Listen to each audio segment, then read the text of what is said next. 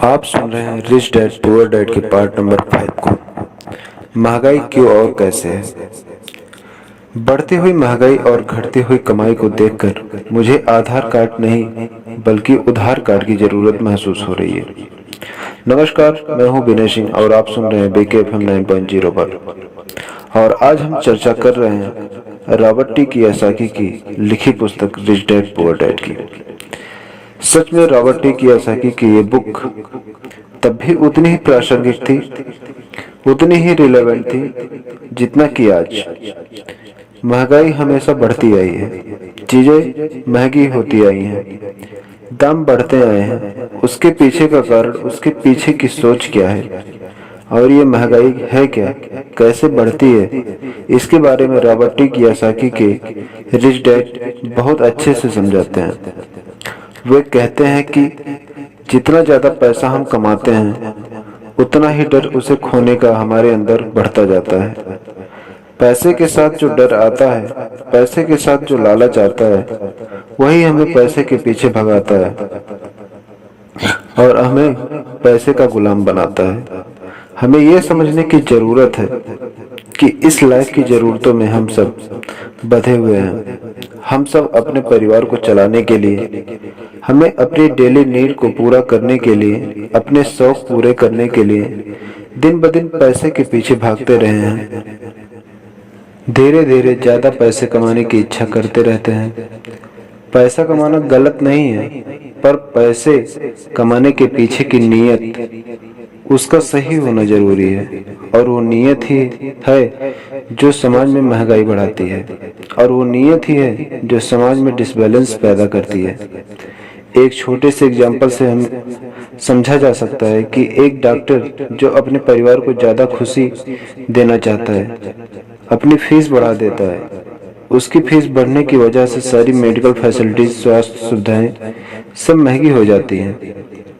अब इससे गरीब लोगों को सबसे ज्यादा नुकसान पहुंचता है। इसलिए गरीब लोगों का स्वास्थ्य अमीर लोगों के स्वास्थ्य से ज्यादा बुरा होने लगता है। अब क्योंकि डॉक्टर्स ने अपनी फीस बढ़ा दी है, इसलिए लॉयर ने भी अपनी फीस बढ़ा दी। लॉयर ने अपनी फीस बढ़ा दी तो स्कूल टीचर भी अपनी तनख्वाह बढ़ाना चाहते हैं, जिससे बच्चों की स्कूल फीस भी बढ़ती है। ये सब इफेक्ट गरीबों पर ही तो पड़ रहा है और ये सिलसिला यूं ही चलता रहता है। जल्द ही अमीर और अमीर, गरीब और गरीब होता जाता है और इतना बड़ा अंतर दोनों के बीच आ जाता है कि सोशल डिसबैलेंस हो जाता है। रिच डैड की बात सुनकर रॉबर्ट टी कियोसाकी ने अपने डैड से पूछा, डैड क्या कीमतें बढ़नी नहीं चाहिए?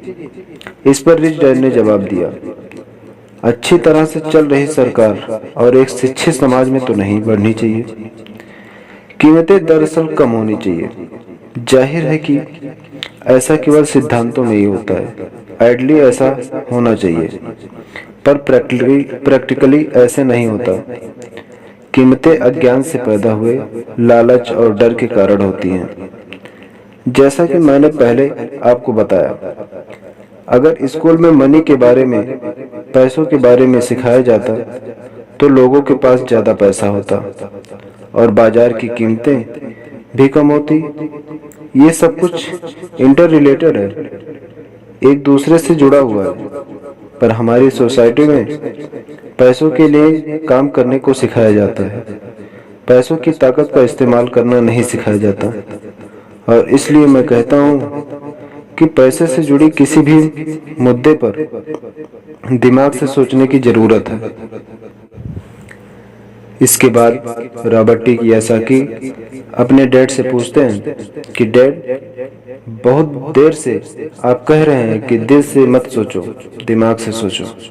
आखिर दिल से सोचने और दिमाग से सोचने में फर्क क्या है? रिच डैड उन्हें समझाते हैं, देखो ये बात मैं अक्सर सुनता हूँ कि हर आदमी को काम करना पड़ता है, फिर अमीर लोग दूसरे के पैसे मार लेते हैं।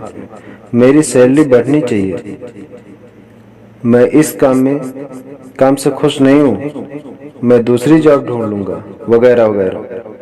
पर अगर हम देखें तो ये सारी बातें भावनाओं में बहकर की गई हैं, ये सारी बातें इमोशनल होकर कही गई हैं। और अक्सर भावनाओं में बहकर जो डिसीजन हम लेते हैं वो सिर्फ हमें नुकसान पहुंचाता है। तो बात को समझो, जब भी कोई डिसीजन लो तो दिमाग से लो, जल्दबाजी मत करो। हाँ, पर जल्दी करो। पर इसी तरह से मन लगाकर काम करते रहो।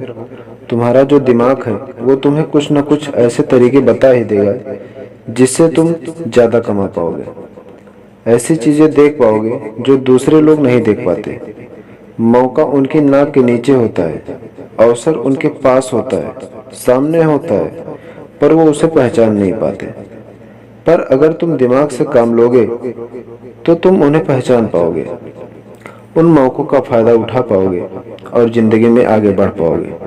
बातें और भी है, सुनते रहिए BK FM 9.0 पर। धन्यवाद।